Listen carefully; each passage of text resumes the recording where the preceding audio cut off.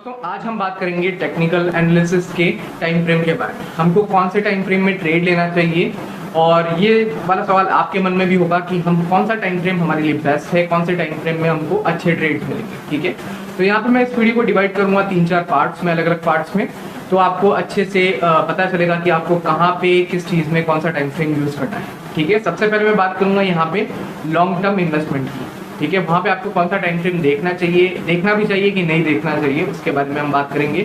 आपके मन में भी सवाल होंगे कि टाइम फ्रेम किस तरह से हम यूज़ कर सकते हैं, 15 मिनट का, आधे घंटे का, एक दिन का, एक वीक का, एक महीने का, कौन सी कैंडल स्टिक हमको फॉलो करनी चाहिए अच्छे रिजल्ट्स की। तो उसके बारे में हम डिटेल में जानेंगे आज इस वीडियो में, और इस वीडियो को पूरा आप एंड तक देखना, क्योंकि होता क्या है ना कि लोग रिवाइंड फॉरवर्ड करके देखते हैं तो उनको कुछ चीज़ें समझ में नहीं आती। ठीक है, तो आपको करना क्या है, इस वीडियो को पूरा एंड तक देखना है, बहुत ही नॉलेजेबल डीप नॉलेज होने वाली है। हो सकता है आपको ये अच्छे खासे पैसे कमा के देते हैं, आपकी बहुत ज़्यादा हेल्प हो जाए इस वीडियो से। तो टाइम फ्रेम मैंने यहाँ पे डिस्कस किया आपसे। स्टॉक मार्केट में जब हम लॉन्ग टर्म इन्वेस्टमेंट की बात करते हैं तो आपको टाइम फ्रेम यूज़ करना चाहिए कि नहीं करना चाहिए। उसके बाद में आता है कि जब हम इन्वेस्टिंग कर रहे हैं 1-2 साल के लिए, उसमें टाइम फ्रेम कौन सा काम आएगा। उसके बाद में स्विंग ट्रेडिंग, जो आप 1-2 हफ्ते के लिए कर रहे हो, 3-4 दिन के लिए कर रहे हो, वहाँ पे हम स्विंग ट्रेडिंग की भी बात करेंगे, उसमें कौन सा टाइम फ्रेम देखना चाहिए।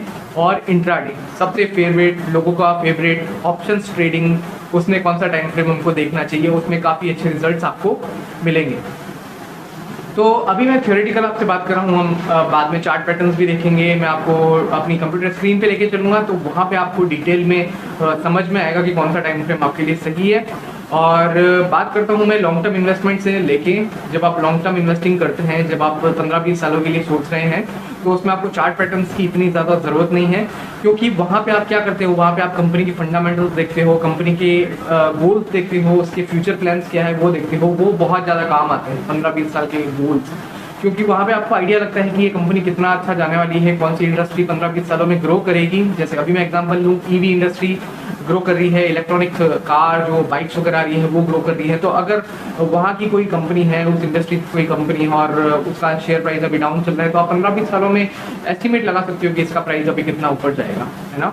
तो वहाँ पे टेक्निकल एनालिसिस आपको इतना देखने की जरूरत नहीं है। आप प्राइस, हाँ, जब भी नीचे आ रहा है आपको पता चलेगा कि प्राइस अभी नीचे है। अगर परफेक्ट एंट्री एग्जिट पॉइंट चाहिए तो उसमें आप मंथली कैंडल देख सकते हैं, वीकली कैंडल देख सकते हैं परफेक्ट एंट्री एग्जिट पॉइंट के लिए, और स्टॉप लॉस अगर आपको इसमें यूज़ करना है। तो मुझे नहीं लगता कि अगर लॉन्ग टर्म इन्वेस्टिंग आप कर रहे हो तो उसमें आपको स्टॉप लॉस वगैरह लगाने की जरूरत है। वो एक तरह से आपका इन्वेस्टमेंट है, आप बस लगा के उस पैसे को भूल गए हो।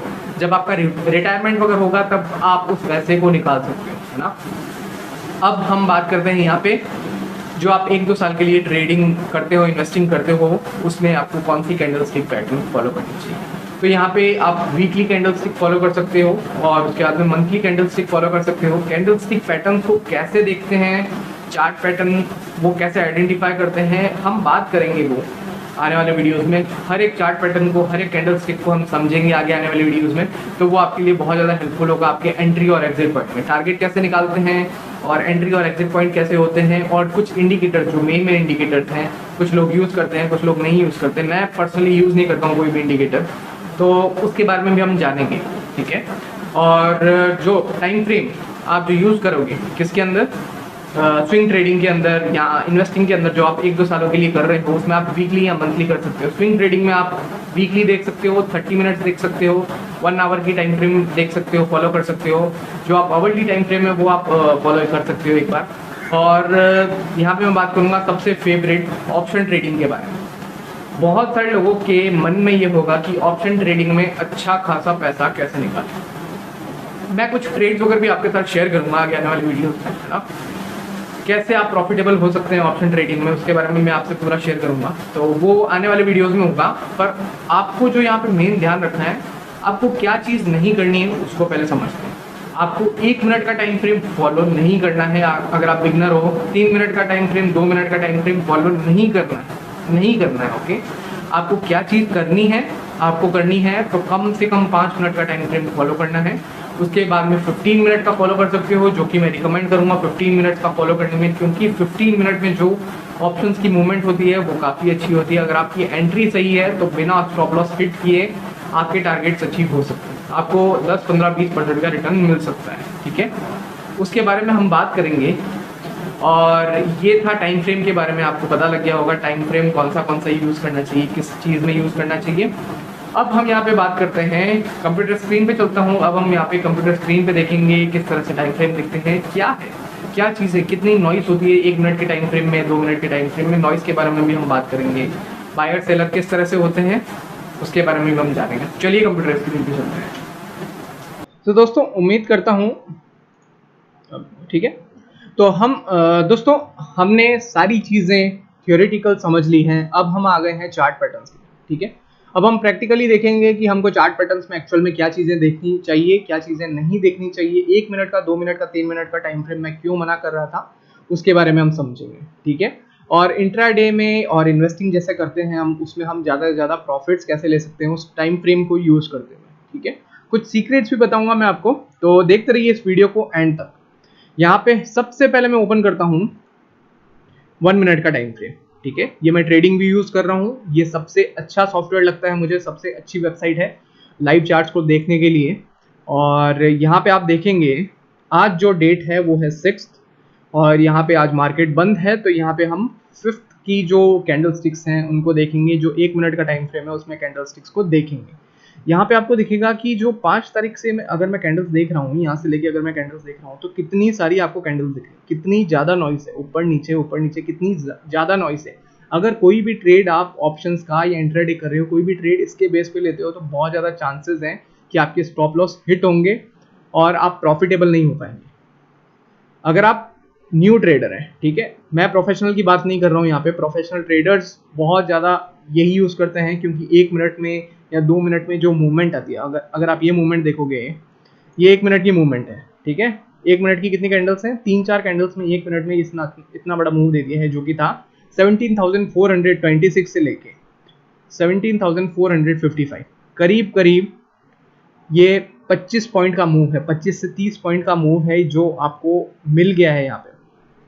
ठीक है, 25-30 पॉइंट अगर आपको यहाँ से आप यहाँ से देखोगे, अगर आपको मिल रहे हैं यहाँ पे कितने 4-5 मिनट में, ये बहुत अच्छी चीज़ है। अगर यहाँ पे आप ऑप्शंस खरीदते हैं, अगर किसी को सही एंट्री लेने आती है, उसने यहाँ पे एंट्री ली, यहाँ पे बुलिश एंगल्फिंग कैंडल बनी है, अगर यहाँ पे किसी ने एंट्री ली है तो उसको कितना अच्छा प्रॉफिट हो रहा है यहाँ पे। अगर उसने 3-4-10-15 लॉट लिए हैं तो कितना अच्छा प्रॉफिट बना सकता है। ठीक है, पर बिगनर्स के लिए मैं रिकमेंड नहीं करूंगा 1 मिनट का टाइम फ्रेम। अगर आपको सही से एक फ्लो पकड़ना है तो आप 15 मिनट के टाइम फ्रेम पे इंट्राडे ऑप्शंस या फ्यूचर्स जो भी आप करते हैं वो आप कर सकते हैं 15 मिनट के टाइम फ्रेम पे। ये एक अच्छा टाइम फ्रेम है और इसमें ज़्यादा वॉलेटिलिटी आपको नहीं दिखेगी। जो आपको इसमें कैंडल्स दिखती हैं वो बहुत ही कम दिखती हैं, आप देख सकते हो यहाँ पे, इसमें ज़्यादा नॉइस नहीं दिखती।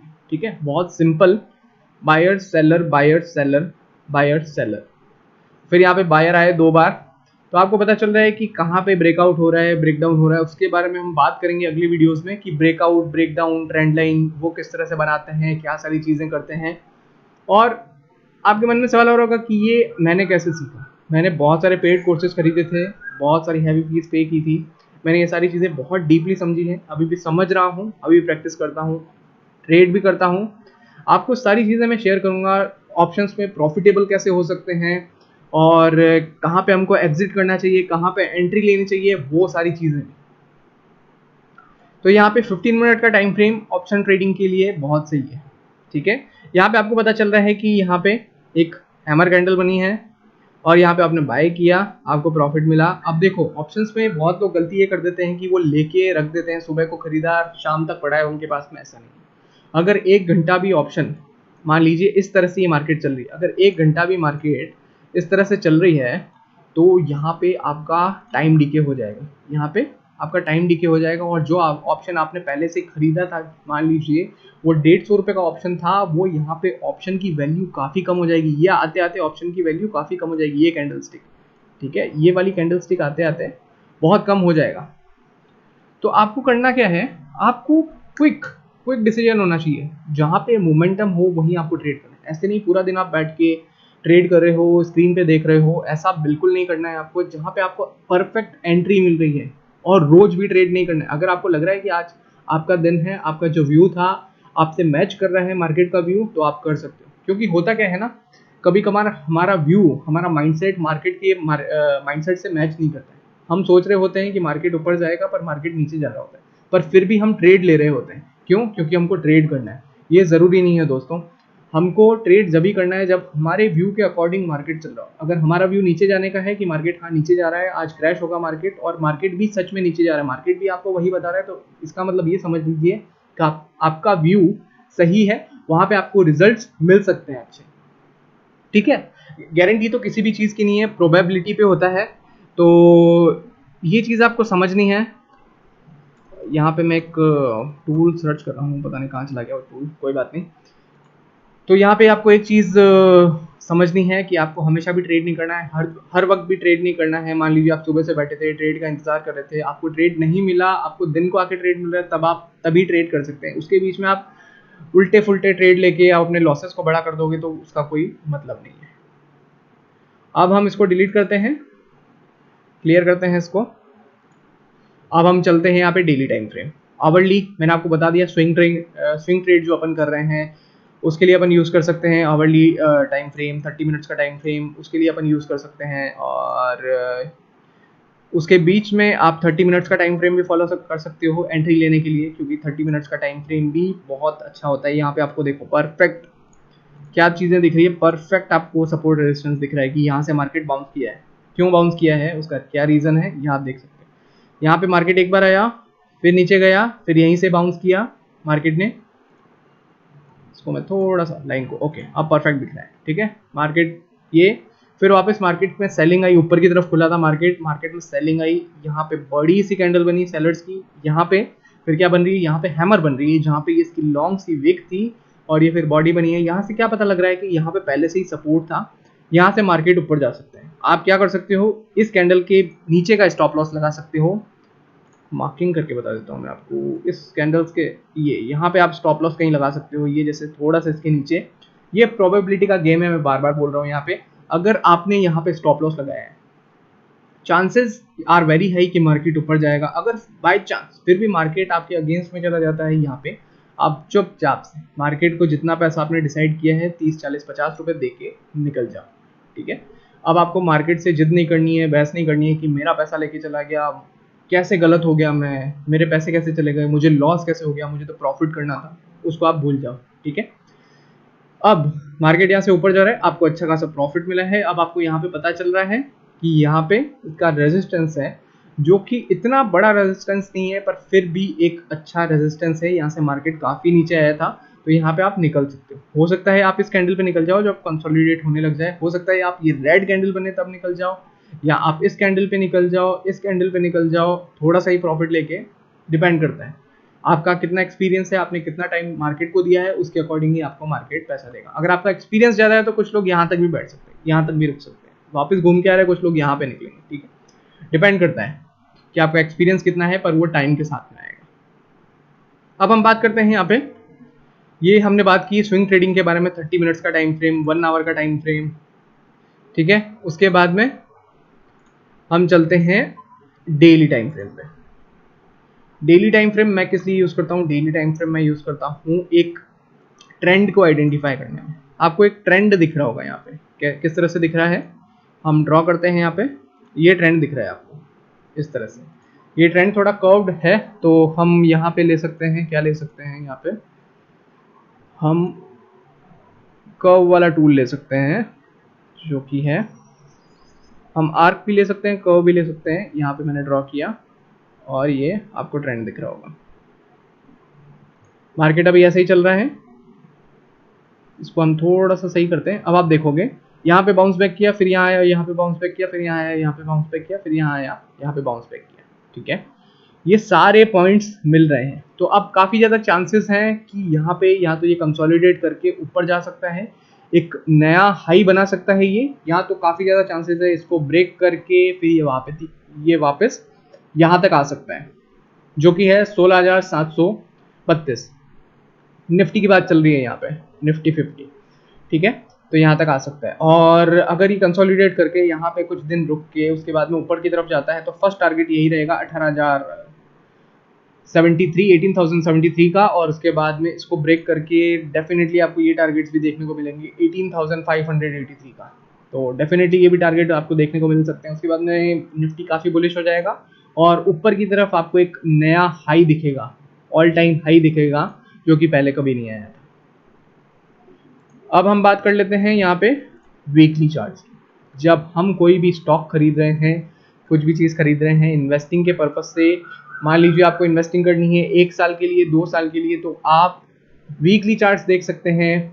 आप उसमें टाइम फ्रेम वीकली देख सकते हैं, उसमें आइडेंटिफाई कर सकते हैं कि अभी स्टॉक में ट्रेंड्स क्या चल रहे हैं। ठीक है, तो अभी जो हमको दिख रहा है वही आप ऐसे आइडेंटिफाई कर सकते हैं। यहाँ पे आपको देखो एक ट्रेंड लाइन मिलेगी जो कि वीकली ट्रेंड लाइन है, ये ट्रेंड लाइन मिलेगी। ठीक है, वेट अ मिनट,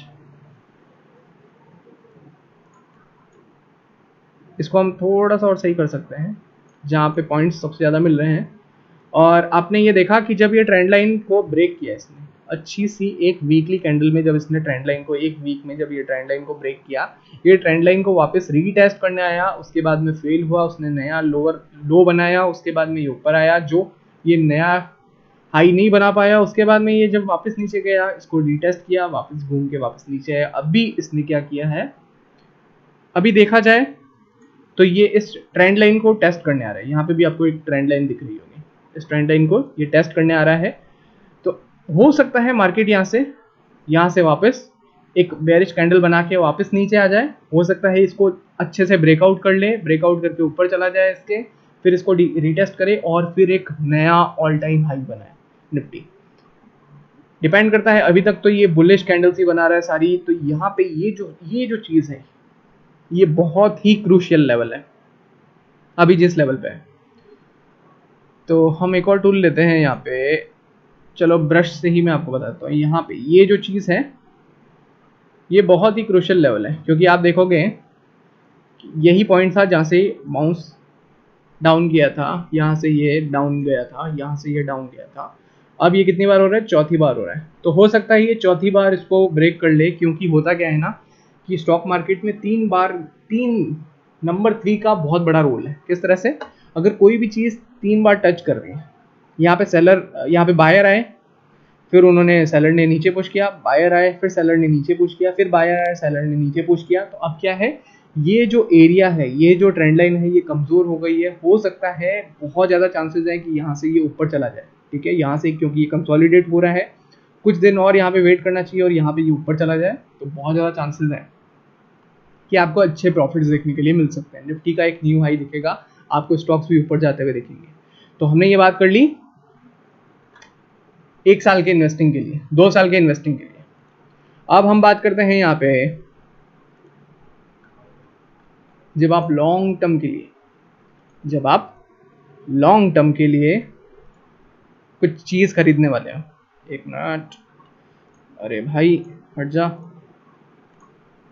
ओके, जब आप लॉन्ग टर्म में कोई चीज़ खरीदने वाले हो, ठीक है, फिर से ये आ गया है, क्या है। ओके, सो हमको क्या देखना है, हमको सबसे पहले कंपनी के फंडामेंटल्स देखना है। फंडामेंटल्स में क्या देखना है, सबसे पहले तो नॉर्मल सा कोई भी अगर हम बिजनेस कर रहे हैं तो उसमें हम क्या देखते हैं, उसमें हम ये देखते हैं कि प्रॉफिट एंड लॉस कितना है, क्या कंपनी लॉस में तो नहीं है, क्या कंपनी प्रॉफिट में। और सबसे पहले 15-20 साल उस कंपनी की डिमांड होगी कि नहीं होगी। आपको ये लॉन्ग टर्म विजन रखना है कि अभी आने वाले टाइम में क्या चीज़ों की डिमांड होने वाली है। जैसे मैंने अभी आपका एग्जांपल लिया था, ईवी इंडस्ट्री बढ़ रही है, इलेक्ट्रॉनिक गाड़ियाँ वो बढ़ रही हैं। तो अगर आप उस इंडस्ट्री में या उससे रिलेटेड कोई भी इंडस्ट्रीज हैं जो बैटरीज बनाती हैं, जो बैटरी सेल्स बनाती हैं, जो उसके पार्ट्स बनाती हैं, जो ईवी मोटर्स बनाती हैं, उसमें आप इन्वेस्ट करते हो, तो वो सारी चीज़ें बढ़ने वाली हैं। क्यों? क्योंकि ये इंडस्ट्री ग्रो करने वाली है। ठीक है, सोलार प्लांट्स हो गए, ये ग्रो करने वाले हैं, क्योंकि ये भी इंडस्ट्री ईवी से रिलेटेड है। बहुत सारी कंपनियां, बहुत सारी बाइक्स में या बोल सकते हैं कार्स में वो सारी चीज़ें यूज़ होती हैं, तो वो भी ग्रो होने वाली है। ठीक है, तो ऐसी इंडस्ट्रीज जिसमें आपको लगता है कि 15-20 सालों में बहुत ज़्यादा स्कोप है, बहुत ज़्यादा बढ़ने वाली है, उसमें आप इन्वेस्ट कर सकते हैं। और आप इन्वेस्ट कैसे करेंगे, आप मंथली चार्ट में देख सकते हैं कि कब वो प्राइस नीचे आ रहा है, और कब उसने ब्रेकआउट किया है। यहाँ पे आप देखोगे तो आपको बुलिश एंगल्फिंग पैटर्न दिखेगा यहाँ पे निफ्टी के अंदर। तो बहुत ज़्यादा चांसेस है यहाँ पे कि ये इसको कंटिन्यू कर सकता है, ये यहाँ तक टेस्ट कर सकता है, इसको इस वाले पॉइंट को ये रीटेस्ट कर सकता है। हो सकता है यहाँ से आके फिर वापस नीचे आ जाए, या हो सकता है ये जो मैंने आपको ट्रेंड लाइन बताई थी इससे नीचे आ जाए। तो आपको ये सारी चीज़ें प्रॉफिटेबल है या नहीं है, उसका EPS कितना है कंपनी का, और जो भी फंडामेंटल्स में हम देखते हैं वो आपको देखना है। आपको प्राइस नीचे कब आया है, कौन से महीने में नीचे प्राइस है, तो वो आपको दिख जाएगा। जैसे हम दूसरे बैंक का एग्जांपल लेते हैं, यहाँ पे हम लेते हैं HDFC बैंक का। तो यहाँ पे आपको ट्रेंड दिख रहा होगा, यहाँ पे आपको ट्रेंड दिख रहा होगा। जब HDFC का बैंक का प्राइस था 2002 में, उसके बाद से कंटिन्यू ऊपर जा रहा है, ठीक है। तो इसका ट्रेंड क्या है, ये अप ट्रेंड है, कंटिन्यू ऊपर जा रहा है। फिर ये कोविड का टाइम था जब ये मार्केट नीचे आया था। अब यहाँ पे ये कंसोलिडेट कर रहा है क्योंकि निफ्टी भी नीचे है, बैंक निफ्टी भी नीचे है, कंसोलिडेट कर रहे हैं, ठीक है। अब इसने ये जो लोअर लो लगाया था, आप देख सकते हो यहाँ पे मैं ट्रेंड लाइन, ये देखो, यहाँ जहाँ से ये प्राइस ऊपर गया था वहीं पे इसने वापस रीटेस्ट किया इसको, परफेक्ट रीटेस्ट करके थोड़ा सा नीचे करके वापस बाउंस बैक किया। हो सकता है यहाँ पे कंसोलिडेट करें क्योंकि अभी इसने जो मंथली कैंडल बनाई है वो बुलिश एंगल्फिंग है, तो ये इसका प्राइस ऊपर जाने वाला है, इसका प्राइस ऊपर जाने वाला है। 1427 था, 27 है अभी, और इसने नीचे के लेवल्स को टेस्ट कर लिया है, तो अब इसका प्राइस ऊपर जाने वाला है HDFC बैंक का। तो आप इस तरह से आप देख सकते हैं कि आप एनालिसिस कर सकते हैं कि हाँ, मुझे 15-20 सालों के लिए जो स्टॉक खरीदना है उसका प्राइस कब नीचे है और कब मुझे खरीदना चाहिए, है ना। तो ये चीज़ हमने देख ली है, और यहाँ पे आपको मैंने सारी 3-4 चीज़ों के बारे में बता दिया। अगर आप ऑप्शंस खरीद रहे हैं, अगर आप इंट्राडे ट्रेड कर रहे हैं, तो उसमें कौन सा चार्ट पैटर्न बेटर है। और एक और लोग चीज़ करते हैं जो कि होता है बाइनरी ट्रेडिंग, जो कि 1 मिनट में जो अप एंड डाउन हो रहा है, क्या वो सही होता है कि नहीं होता है। अगला वीडियो उसके बारे में बनाएंगे। और उसमें जो रिवॉर्ड्स होते हैं वो 80% रिवॉर्ड्स होते हैं। मतलब मान लीजिए आपने 1000 रुपये लगाया तो 800 रुपये आपका प्रॉफिट होगा। 1000 रुपये पे 800 रुपये, जब आपको वापस रिटर्न मिलेगा तो 1800 का रिटर्न मिलेगा, और जब वो जाएगा तो आपके 1000 रुपये जाएंगे। तो उस चीज़ को प्रॉफिटेबल कैसे कर सकते हैं, क्या वो चीज़ सही भी है या नहीं है, उसके बारे में हम डिस्कस करेंगे। और ऑप्शंस के बारे में भी बहुत सारी वीडियो आने वाली है कि ऑप्शंस में प्रॉफिटेबल कैसे हो सकते हैं, कौन से चार्ट पैटर्न्स फॉलो करने चाहिए, stop loss, perfect stop loss कहाँ होना चाहिए, ऐसा कोई भी आपको नहीं सिखाने वाला है। जो भी यूट्यूब पे आपको वीडियोस मिल रहे हैं वो ज़्यादातर पेड होते हैं, और वो पैसों से अपना कोर्स बेचते हैं, उनको एक्चुअल में नॉलेज नहीं होती है, वो लॉसेस कर रहे होते हैं, पर एक्चुअल में वो अपने कोर्सेज बेच के अपना काम चला रहे होते हैं। तो हम यहाँ पे ट्रू नॉलेज की बात कर रहे हैं, और हम स्टॉप लॉसेस के बारे में सीखेंगे, टारगेट्स के बारे में सीखेंगे, और सारी चीज़ें कवर करेंगे। बाइनरी ट्रेडिंग के बारे में अगला वीडियो होगा, तो चैनल को सब्सक्राइब कर लीजिए, बहुत सारी नॉलेजेबल वीडियोस आने वाली हैं। और आपको स्टॉक मार्केट से रिलेटेड, बिजनेस से रिलेटेड, और बहुत सारी चीज़ों से रिलेटेड जो आपको आपकी लाइफ में ग्रो करेंगी, आपको आपकी लाइफ में आगे बढ़ाएंगी, उससे रिलेटेड आपको वीडियोज़ मिलेंगी। तो इस वीडियो को देखने के लिए बहुत बहुत शुक्रिया आपका, और तब तक के लिए बाय बाय, अगली बार फिर मिलेंगे।